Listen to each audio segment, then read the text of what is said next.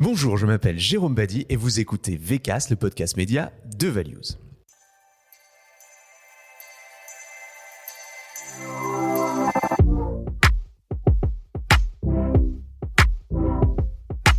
Bon, je suis très heureux de vous retrouver après une pause, un peu longue, j'avoue, depuis le dernier épisode, je sais pas, des envies d'été, le printemps s'est prolongé, enfin bref, peu importe. En tout cas, j'en suis sûr que vous en avez profité pour écouter tous les anciens épisodes et tous les épisodes que vous n'aviez pas écoutés avant. Bon, trêve de plaisanterie, pour cet épisode de rentrée un peu tardive, avouons-le, on a voulu vous parler de télévision. Décidément, c'est un média qui continue de se renouveler. Et en ce moment, les régies télé font le tour des agences et des médias B2B pour parler de leur programme de rentrée, mais aussi et surtout des nouvelles conditions générales de vente, CGV, voilà, retenez ça, qui s'appliqueront dès le 1er janvier prochain, donc le 1er janvier 2026. Alors, quelles sont les actualités chaudes à ne pas rater à la télé en cette rentrée ? Que peut-on dire du mercato assez dynamique des chaînes ? Que dire aussi du lancement de T18 et Novo 19 ? Et qu'est-ce qui change pour les annonceurs et donc pour les agences ? Dès janvier 2026, ce sont les questions que je vais poser à Charlotte de Saint-Phal, directrice des médias offline de Values Media, ma chère collègue, et grande experte de la télévision. Salut Charlotte. Bonjour Jérôme. Alors c'est ta première fois dans VCast, alors du coup je me suis dit que c'était peut-être pas mal que tu te présentes un peu et que tu nous racontes ce que tu fais chez Values et puis ce que tu as fait avant, pourquoi tu es une super experte télé. Déjà merci pour l'invitation. Ça fait 25 ans que je suis dans les médias. J'ai commencé principalement sur le média télé, aussi bien en agence et également quasiment 7 ans au sein de TF1 Pub. Et ça fait maintenant 7 ans que je suis chez Values et depuis un peu plus d'1 an, je suis directrice des médias offline. Donc il n'y a pas que la télé maintenant dans ma vie, il y a aussi les autres médias. Donc la radio, l'affichage, la presse.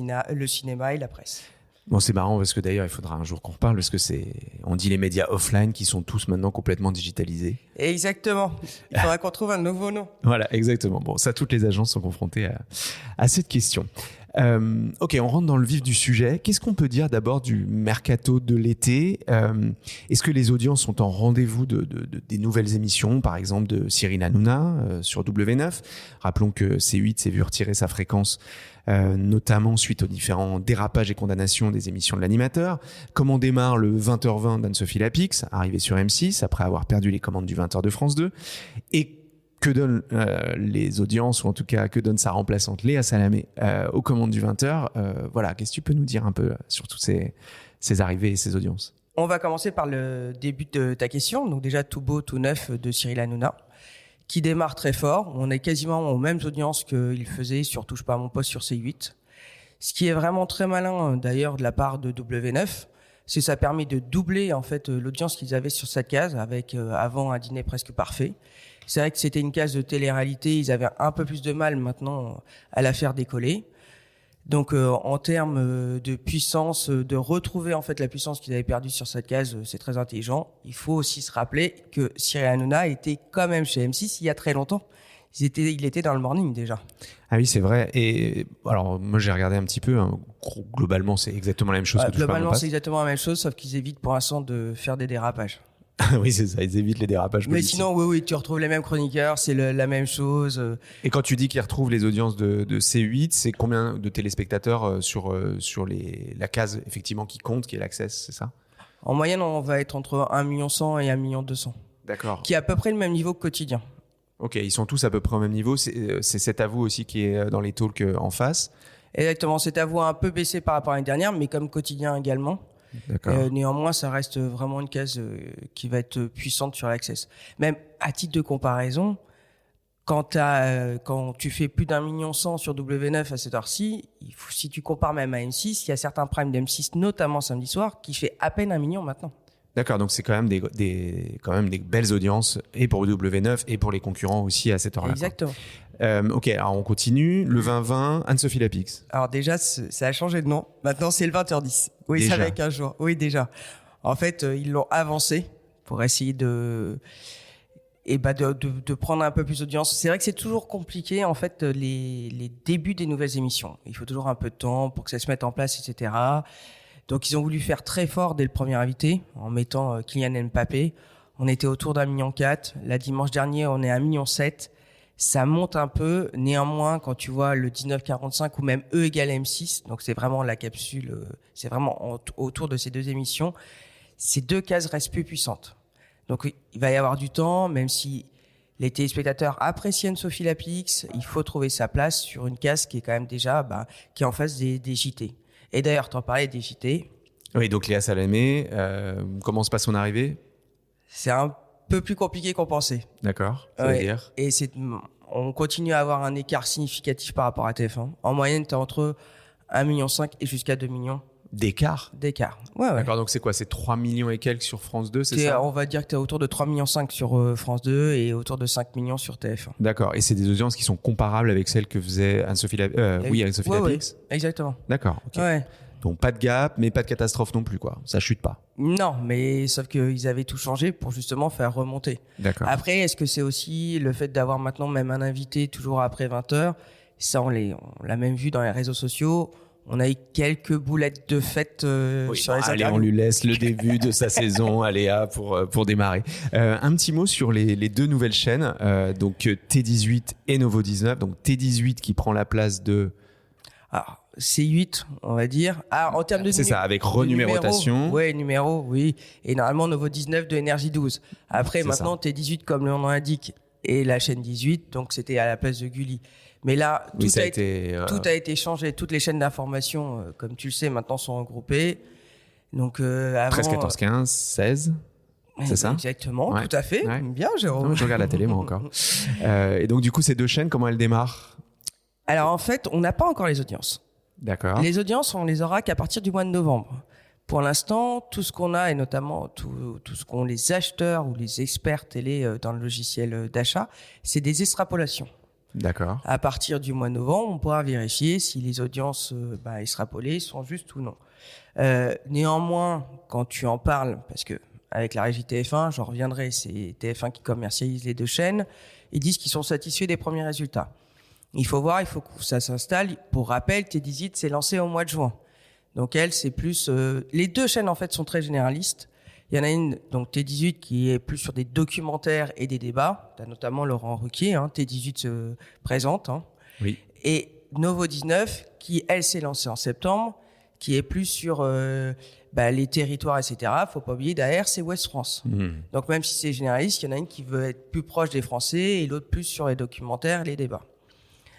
Les deux, on va dire, même si les deux actionnaires n'ont strictement rien à voir, ont été malins de choisir une régie comme TF1, ou même s'ils avaient pris, par exemple, une autre régie comme M6, parce que ça leur permet d'être vendus avec un pack. Parce que, à part si tu décides d'acheter en monochaîne, les chaînes du groupe de TF1, TMC, TFX, TF1 Série Film, LCI, sont vendues sous forme d'un pack qu'on appelle TNT One. Donc ces deux chaînes ont été intégrées. Donc mécaniquement, dès le lancement, tu as un chiffre d'affaires qui arrive sur tes chaînes. Oui, donc c'est bien joué et donc du coup on est sûr qu'il y a de la publicité aussi. C'est complètement sécuritaire. Ouais, d'accord. Ok, donc on attendra les audiences pour ces deux chaînes en novembre. En novembre. On pourra en reparler. D'ailleurs, comment vont les grosses émissions, les gros shows? Je sais pas, il y a The Voice, il y a L'amour est dans le pré, il y a toutes ces grosses émissions. Comment ça continue de marcher? Les chaînes sont contentes? C'est des succès publicitaires? Oui, ça continue de marcher. Après, les chaînes ont trouvé on va pas dire une seconde vie, c'est une autre manière maintenant de les commercialiser, notamment via le digital. Tu vois, entre autres, si tu prends que ce soit L'amour est dans le pré ou Marié au premier regard, tu vas être autour d'1,6 million, on va dire en moyenne. Tu vas avoir 1 million de plus en termes d'impression sur le digital. Et c'est vrai notamment quand tu prends le sponsoring de ce genre d'émission, il est important d'avoir à la fois en télé et sur le digital. C'est un peu moins le cas sur certaines émissions sur TF1, même si ça reste très puissant sur le digital. Néanmoins, elles conservent une force déjà d'audience immédiate. Que ce soit un Koh-Lanta, par exemple, où là, tu vois l'unitaire qui est sorti, la série Montmartre, a fait plus de 4,1 millions lundi. qu'en face, il y avait L'amour est dans le pré qui a fait 3,4 millions, ce qui reste très C'est bien. bonnes audiences, Néanmoins, quand même. TF1 du coup a dépassé face à L'amour est dans le pré M6. D'accord, donc bon départ, j'allais en parler de Montmartre sur TF1, donc quand même serré à gros moyens. Hein. Enfin, les premières images, enfin, moi j'ai pas regardé, mais j'ai vu quelques images et le teaser. Ça a l'air très bien produit. Ça fait pas petite série française, voilà. Donc il y a des beaux moyens qui sont mis, donc ça a fonctionné. Tu dis 4 millions de téléspectateurs. Peu de 4 millions 100. Bravo. C'est un peu comme le bazar de la charité quand Oui. il est sorti. D'accord. On va voir si ça poursuit donc la semaine prochaine. Voilà, au moment où on enregistre ce podcast, il n'y a qu'un épisode qui a été diffusé. Ok. Maintenant, on va parler de 2026. Donc, on a parlé donc des conditions générales de vente, des CGV. Avant d'arriver directement aux nouveautés pour les annonceurs, on va rester un peu sur les programmes. 2026, ça va être une année de sport, notamment avec la Coupe du Monde de football, je crois. Tout à fait. Qu'est-ce qu'on en sait à date sur ces événements-là? On sait que c'est encore des facteurs d'audience qui sont importants. Qui a la diffusion? Est-ce qu'on en sait plus sur la manière dont ça va être commercialisé, etc.? Oui, tout à fait. Alors, sur la Coupe du Monde de football, pour l'instant, à date, c'est M6 qui va diffuser 100% des matchs. D'accord. Donc déjà, pour une fois, ça va durer un petit peu plus d'un mois, parce que il y a plus de matchs que lors des précédentes Coupes du Monde. Et à date, on a déjà reçu toutes les offres sponsoring, donc on va être autour de 2 millions jusqu'à 3 millions. Et avoir 2 millions jusqu'à 3 millions d'euros. Ok, pas d'audience, attention. Ça va faire Non, plus non, que les ça en audiences audience. seront beaucoup plus, évidemment. Et pour en avoir reparlé avec M6 cette semaine, en fait, TF1 a jusqu'au mois de décembre pour décider ou non de racheter quelques matchs. Donc, si tu te poses la question, et si nous, on décidait d'acheter tous les matchs de la Coupe du Monde en sponsoring, évidemment, il y a une partie qui serait reversée à TF1, on aurait quand même tout le package. D'accord, donc, mais ça va être des grosses audiences. Alors, c'est aux États-Unis, hein, je crois, il y a des histoires de décalage horaire. Il y a 3 continents, Ouais. c'est États-Unis, Canada. le Mexique et le Canada. C'est ça. Ouais, enfin en Amérique. Ouais, exactement. Dans les Amériques, on va dire. Il y a que 3 matchs qui sont diffusés passé minuit. Donc, il n'y a pas de problème de diffusion chez nous. D'accord, donc ça a été très adapté justement Évidemment, pour s'adapter au marché européen. Est-ce qu'il y a d'autres grosses actus en 2026 qu'on peut connaître déjà? Alors déjà, juste, je referai un petit point pour terminer sur cette Coupe Oui. du Monde. C'est même si, comme on le sait et comme tu l'as dit, ça va être des grosses audiences parce que le football le fédère toujours, ça a toujours fait des énormes audiences. Après, c'est aussi un pari un peu risqué pour M6. Parce que néanmoins, ça va prendre une part très importante de sa case durant cette période. Et il y a certains annonceurs, même chez nous, tu le sais, qui ne souhaitent pas être autour des événements sportifs, ou des annonceurs qui vont avoir des cibles beaucoup plus féminines, etc., qui ne vont pas forcément regarder tous les matchs. Donc c'est vraiment aussi un bouleversement de sa grille. Parce qu'on aura des matchs à 18h, à 21h et régulièrement. Donc même au mois de juin où il y a des programmes encore forts, où tu peux très bien avoir la fin de Mario au premier regard, là comment tu fais? Tu décales ta case, tu perds ton rendez-vous. Donc ça va être tout un travail aussi de mise en place de leur grille, Ouais. M6. Et ça, on réalise pas encore tout l'enjeu qu'il va y avoir derrière. Oui, c'est la raison pour laquelle ils vont certainement donner quelques matchs à TF1. Alors, tu ne donnes jamais. Non, vendre quelques matchs, bien sûr. Ouais. On en avait Après, parlé. Il faut que TF1 accepte d'en acheter. Je vous encourage à écouter un épisode de VCAS sur lequel on avait parlé de sport justement et de comment les chaînes justement peuvent se revendre des matchs. Ça permet aussi de mutualiser, j'allais dire, le risque parce que effectivement il y a un risque, ça coûte très cher, c'est des compétitions qui coûtent très cher. Ok, parlons un peu des CGV, conditions générales de vente, qui vont s'appliquer au 1er janvier. D'abord, gros changement sur TF1, je crois. Alors, gros changement ou retour en arrière, je dirais. Alors parle-nous de ça. Parce que, comme je te le disais, bon, ça fait quand même quelques années que je suis sur la média télé. Et à l'époque, nous, il n'y avait pas ce qu'on appelle les coûts GRP garantis. On achetait uniquement du spot à spot. Donc, explique-nous rapidement, coût GRP garantie, spot à spot, la différence. La différence, c'est que le spot à spot, c'est l'acheteur qui programme avec le chargé de planning des régies chaque écran qu'il choisit. Donc, c'est du gré à gré. Exactement. Et je dis, je veux ça, je fais mon marché. Tout à fait. Ok. Et le coût GRP garantie, j'achète du volume, c'est ça? Oui, tu te mets en accord avec un coût d'audience que tu vas payer en fonction de répartition par tranche horaire, par semaine, par format. Et après, c'est un moteur en fait qui te positionne des écrans. Voilà, et donc là, on choisit pas où on est précisément sur la case. La chaîne s'engage à délivrer une audience DGRP. OK. Donc ça, c'est le système tel qu'il existe. Et donc, qu'est-ce qui se passe là sur TF1 ? En fait, TF1 a décidé de remettre le pic, parce que souvent on parle de Prime, mais le Prime, c'est l'Access plus le pic. Donc vraiment, tous ces écrans de pic, uniquement en achat au spot à spot. Donc pic, c'est quelle heure ? Donc c'est première partie de soirée, c'est 20h01 pour être précis, jusqu'à 21h99. OK, très bien. Et donc là, ils l'ont mis, forcément, on ne pourra plus acheter... Tu ne peux plus acheter en garantie sur cette tranche horaire. Donc c'est un retour en arrière, comme je te disais. Il faut aussi parce qu'on a forcément des experts qui sont plus juniors qu'avant, donc il va falloir qu'ils se réhabituent, qu'on extrapole aussi, parce qu'on a beau avoir des logiciels d'achat où tu as des extrapolations. Quand typiquement TF1 va sortir Montmartre, il faut qu'on estime aussi l'audience. Elle sera peut-être plus forte que les autres cases précédentes du lundi. Donc c'est un vrai travail en fait d'expert qui doit reprendre sa place. C'est plutôt intéressant ça. C'est très intéressant. Après, j'avoue que pour notre côté agence, ça va être aussi tout un système à remettre en place, parce que pour faire des estimations, ce ne sera pas comme avant. Donc ça va nous prendre quelques temps. Et puis il va falloir raconter ça aux annonceurs aussi, enfin leur expliquer. Évidemment. Ouais, OK. Après, et puis même l'annonceur peut avoir peur d'avoir de l'inflation, ce qui est logique. Donc il faut voir tous les avantages et aussi les inconvénients. TF1 le fait, pourquoi ? C'est la case la plus puissante, c'est premium. Il nous le montre souvent que c'est les cases où tu as le plus d'attention, ce sont les cases les plus héroïstes, etc. Oui. Après, c'est vrai que derrière, ça peut nous permettre de redonner des cases rendez-vous à des annonceurs, comme on faisait avant, le 20h du président. D'accord. Par exemple. OK. Pour être sûr de se voir, ça va être plus facile en fait de programmer ça. Alors, pour être sûr de se voir, c'est comme au sens dis, on peut recréer un rendez-vous. C'est ça. Après, derrière, c'est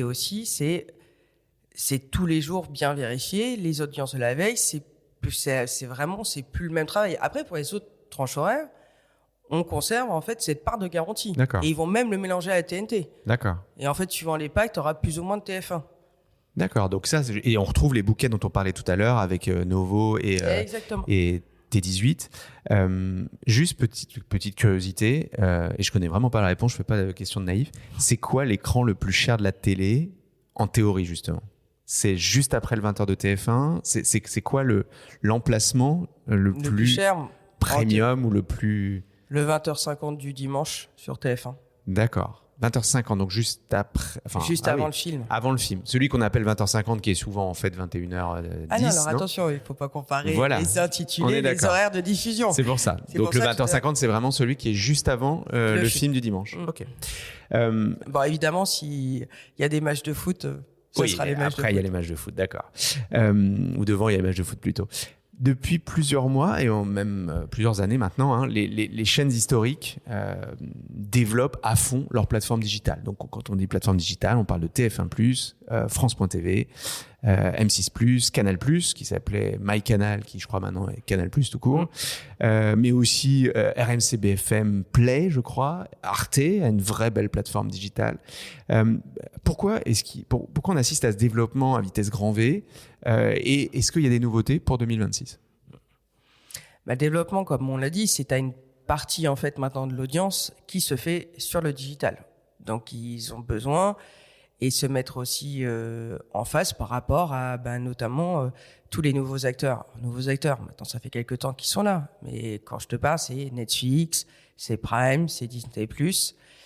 Et on appelle la SVOD. Oui. Non, mais je préfère leur dire, voilà, parce qu'on a beaucoup d'acronymes dans nos métiers. Évidemment. Et en termes de nouveautés, comme TF1 l'a annoncé, ils vont être maintenant disponibles sur Netflix. Tu auras aussi France.tv sur Prime. Alors, pourquoi ces changements ? Alors, donc ça, attention, parce que je ne sais pas si tous nos auditeurs le savent. Donc, TF1 a signé un accord avec Netflix. C'est le premier accord, ils n'ont fait ça avec personne dans le monde. Donc même, ils sont en train de voir avec Netflix, en fait, comment ça va être opéré exactement. Parce que, en fait, je pense que tout le monde qui nous écoute a Netflix. Donc, dans tes recommandations, par exemple, tu as regardé une série policière, on va dire, vous avez aimé Frost. Bon, c'est ce que je viens de regarder. On vous recommande telle chose, et tu pourras avoir aussi une série policière de TF1+. On va retrouver Montmartre, vous avez aimé. Et donc Exactement. Ok. Après, il y a des subtilités. Et c'est pour ça que je préfère le dire dès le début.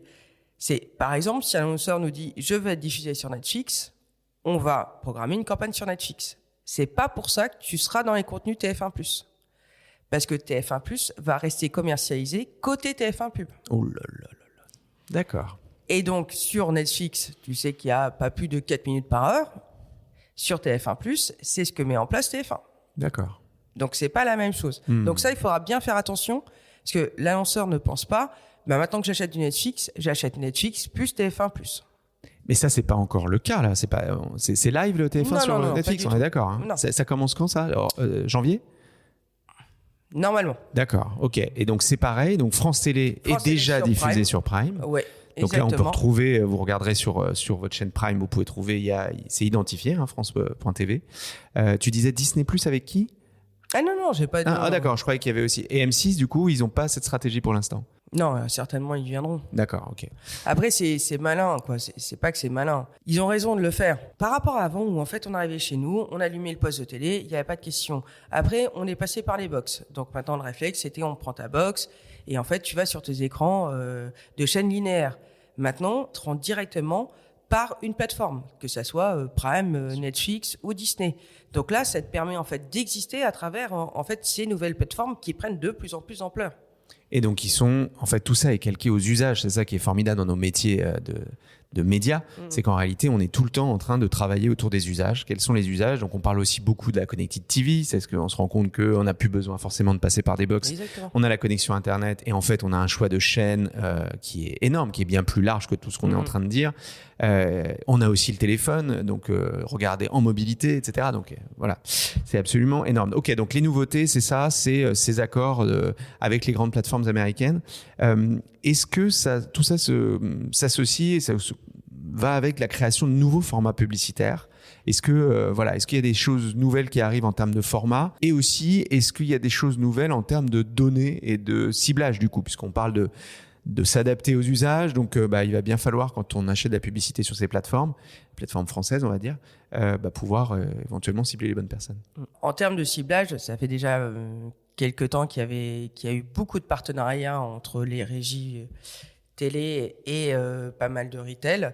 Là, il y a encore des nouveautés cette année, avec notamment l'accord de JP et France Télé. Et hier, Canal nous a annoncé aussi leur accord de Fnac et Darty. Au début, où on a commencé à avoir des accords entre le retail et une régie, ça, on va commencer entre TF1 et Infinity. Ils l'avaient donc en exclusivité. Après, on a eu M6 avec Unlimited, donc avec Carrefour. France Télé est arrivé. Et en fait, de plus en plus, cette exclusivité en fait se casse maintenant. Et tu peux très bien avoir des données Carrefour sur 3 régies différentes. Et ça te permet d'avoir un plan avec le même ciblage optimisé sur les différentes régies. Et tu sais très bien, pour être chez Values Media, on est toujours en quête de trouver le meilleur ciblage. Donc, toutes ces données data sont très importantes. Néanmoins, ça nous bloquait un peu si on voulait un ciblage particulier. Donc, par exemple, je reprends Infinity. On le faisait au début qu'avec TF1. Donc, très bien pour la régie TF1. Néanmoins, au bout d'un moment, tu n'as pas toute l'audience auquel tu souhaiterais avoir, notamment sur la télé segmentée. D'accord. Donc, du coup, d'avoir une synergie même de ces accords entre différentes régies nous permet d'avoir aussi des plans de plus en plus puissants. D'accord, puissants et mieux ciblés. Et d'acheter les bonnes audiences, finalement, quand on est côté client. Bon, une autre nouveauté, alors là, pour le coup, très technique pour nous, les agences médias. Chaque chaîne a créé un peu, enfin, ça fait déjà un moment, mais en tout cas, une sorte de plateforme d'achat qui semble pouvoir faciliter la vie des acheteurs.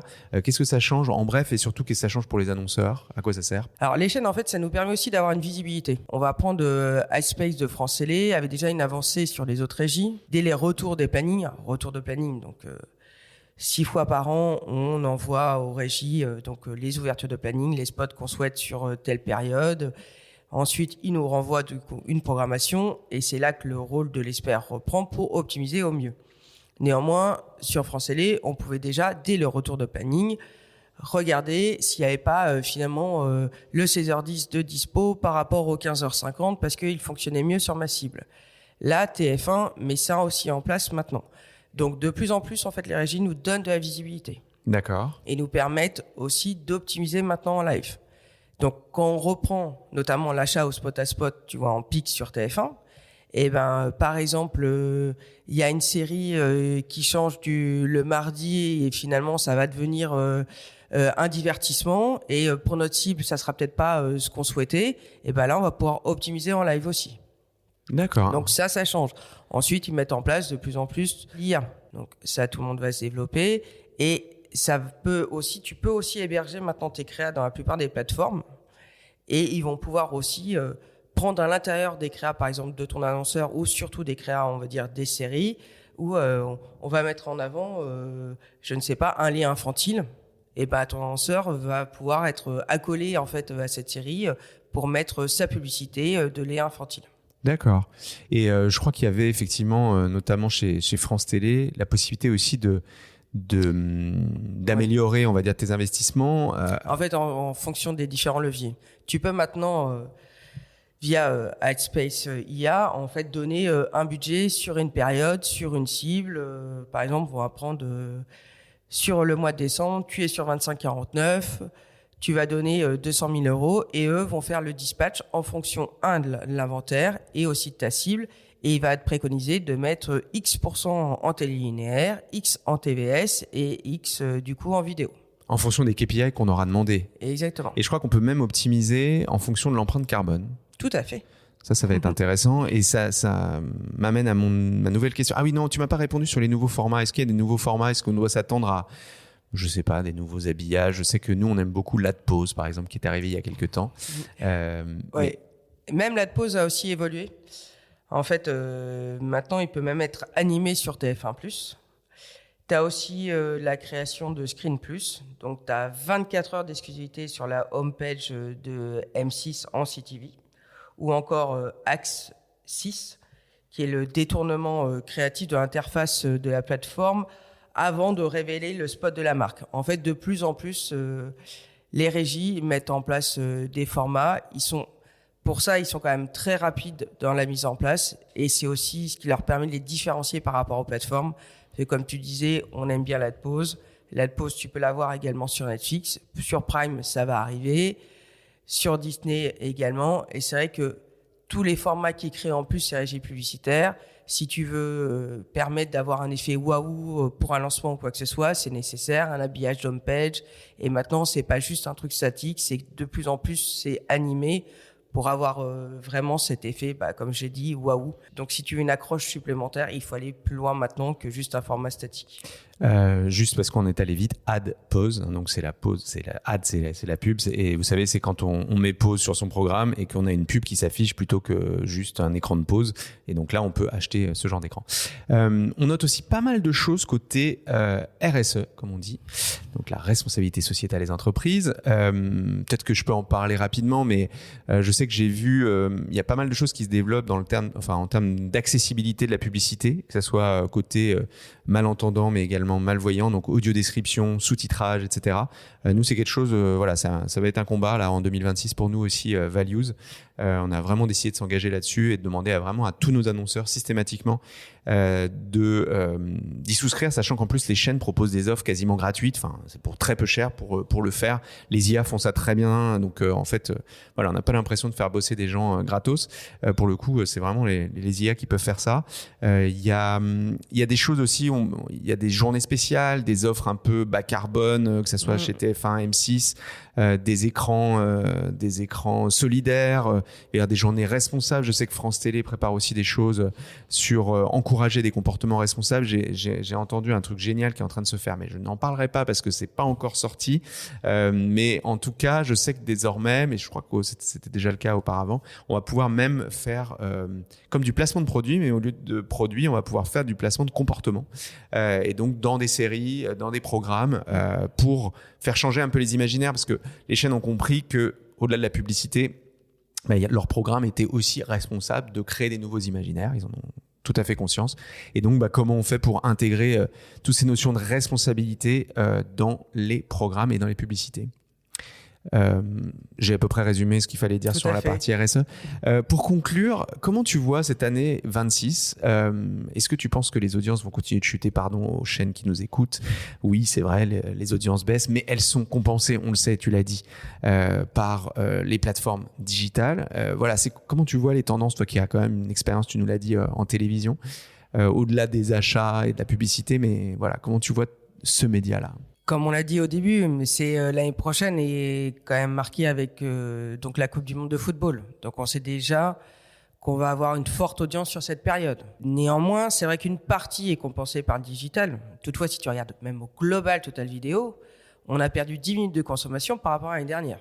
On est à 4h40 quand l'année dernière on était à 4h50. Total Vidéo là. Total Vidéo, c'est pour ça. C'est que après quand je t'expliquais, c'est que notamment sur des programmes forts en fait des chaînes, que ce soit un Koh-Lanta, L'amour est dans le pré, tu as vraiment une part maintenant importante sur le digital. Néanmoins, c'est pas l'ensemble des programmes de la journée, ce qui est logique. Je ne suis pas sûr que tout le monde regarde Amour, gloire et beauté en replay.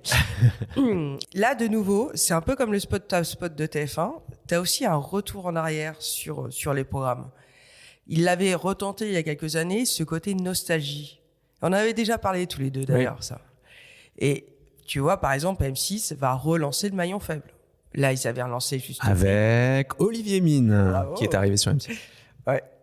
Ils ont relancé Juste Prix, qui fonctionne très bien. Donc là, ils vont retenter le maillon faible. Bon, pour rappel, C8 avait tenté, ça n'avait pas fonctionné. Oui, mais le Big Deal, c'est ça qui marche très bien sur RMC, exactement. C'est ça ? Ouais. Oui, tout à fait. Incroyable. Ouais, le premier avait fait 1,2 million. Plus on en parlait de certains primes, de exactement. Certaines régies, certaines chaînes. Non, très fort. Et de nouveau, on est en ce moment dans une ambiance, alors je vais pas parler de politique ou quoi que ce soit, les gens ont besoin de se divertir. Et donc, ce retour en arrière, et même quand on en parle en plus jeunes, qui sont présents chez Values, et finalement, ils connaissent ce maillon faible, Juste Prix, parce qu'ils l'ont vu avec leurs grands-parents, etc. Donc, c'est vrai, c'est assez malin de reprendre ce côté familial, divertissement dont tout le monde a besoin. Bon, ça va être intéressant d'observer ça et de voir comment, justement, ces programmes un peu culte, nostalgie, réussissent à mobiliser pas seulement les 45 ans et plus, mais aussi les jeunes. Il y aura certainement aussi à observer dans les prochaines années, je pense, quel va être le mouvement des chaînes sur les réseaux sociaux. Moi, je trouve qu'ils sont quand même étonnamment absents, même s'ils ont tous des comptes avec des grand nombre d'abonnés, hein. Ouais. Mais je trouve que, voilà, en tout cas, je trouve que la promotion, ça donne pas très envie encore, et ils ont besoin de ce levier-là aussi pour faire connaître leur programme. Merci beaucoup, Charlotte. Merci, Jérôme. De nous avoir parlé télé. Et quant à vous, je vous donne rendez-vous très bientôt. Oui, je vous jure, la prochaine fois, je laisserai pas autant de temps. Très bientôt pour un nouveau numéro de VCast. D'ici là, laissez-nous des messages, des commentaires sur votre plateforme de podcast préférée. Ciao.